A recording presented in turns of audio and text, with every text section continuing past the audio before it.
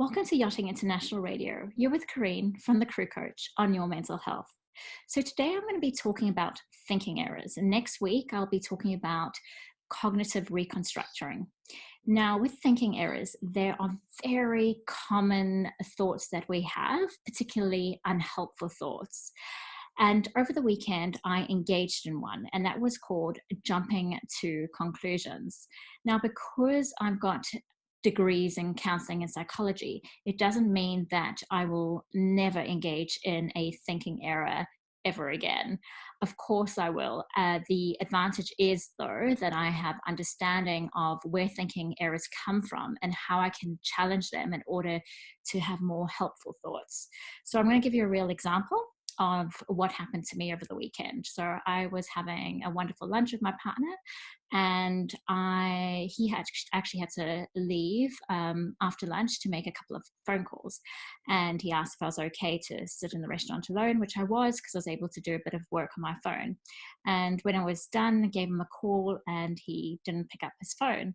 So I just thought, oh, well, I'll have a look at the shops for a little while. And I did that, tried to find him, couldn't find him, gave him another call and he didn't answer. So this is when the thinking errors kicked in. So my first thought was, oh my gosh, he has left me. And then my second thought was, no, Karine, you're being ridiculous. There's no evidence to support that he's left you.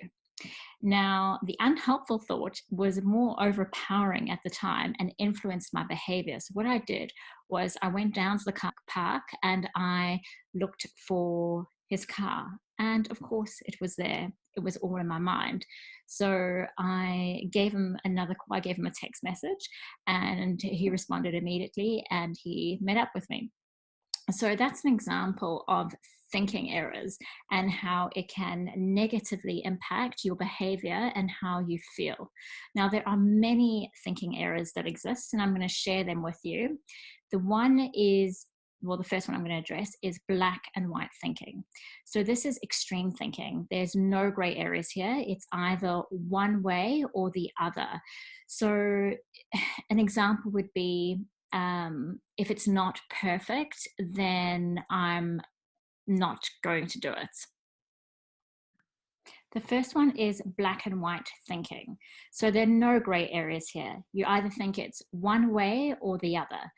An example would be, I've written one down, we have to be perfect or we're a complete failure. The second one is overgeneralization. Now, working with the prison population, a lot of them engaged in this thinking error. And excuse my language, but they would say, everything I touch turns to shit. So basically with that one is a generalization based on a single incident or a single piece of evidence that everything is going to turn out the same way as based on your previous experience. The third one is jumping to conclusions. So this is the thinking error that I engaged in. So without any affirmation, without any evidence, I jumped to the conclusion of what someone else was thinking or feeling based on my own assumptions. The next one, catastrophizing. So they expect a disaster to strike at any time, and they often use the words, what if this happens? What if that happens? So this is, thinking the worst of a situation. Now, personalization. This is probably a most common thinking error that you would find in the industry. So this is when a person believes that no matter what a person says or does, it's some sort of personal reaction towards them. Blaming. This is when others hold other people accountable for the emotional pain.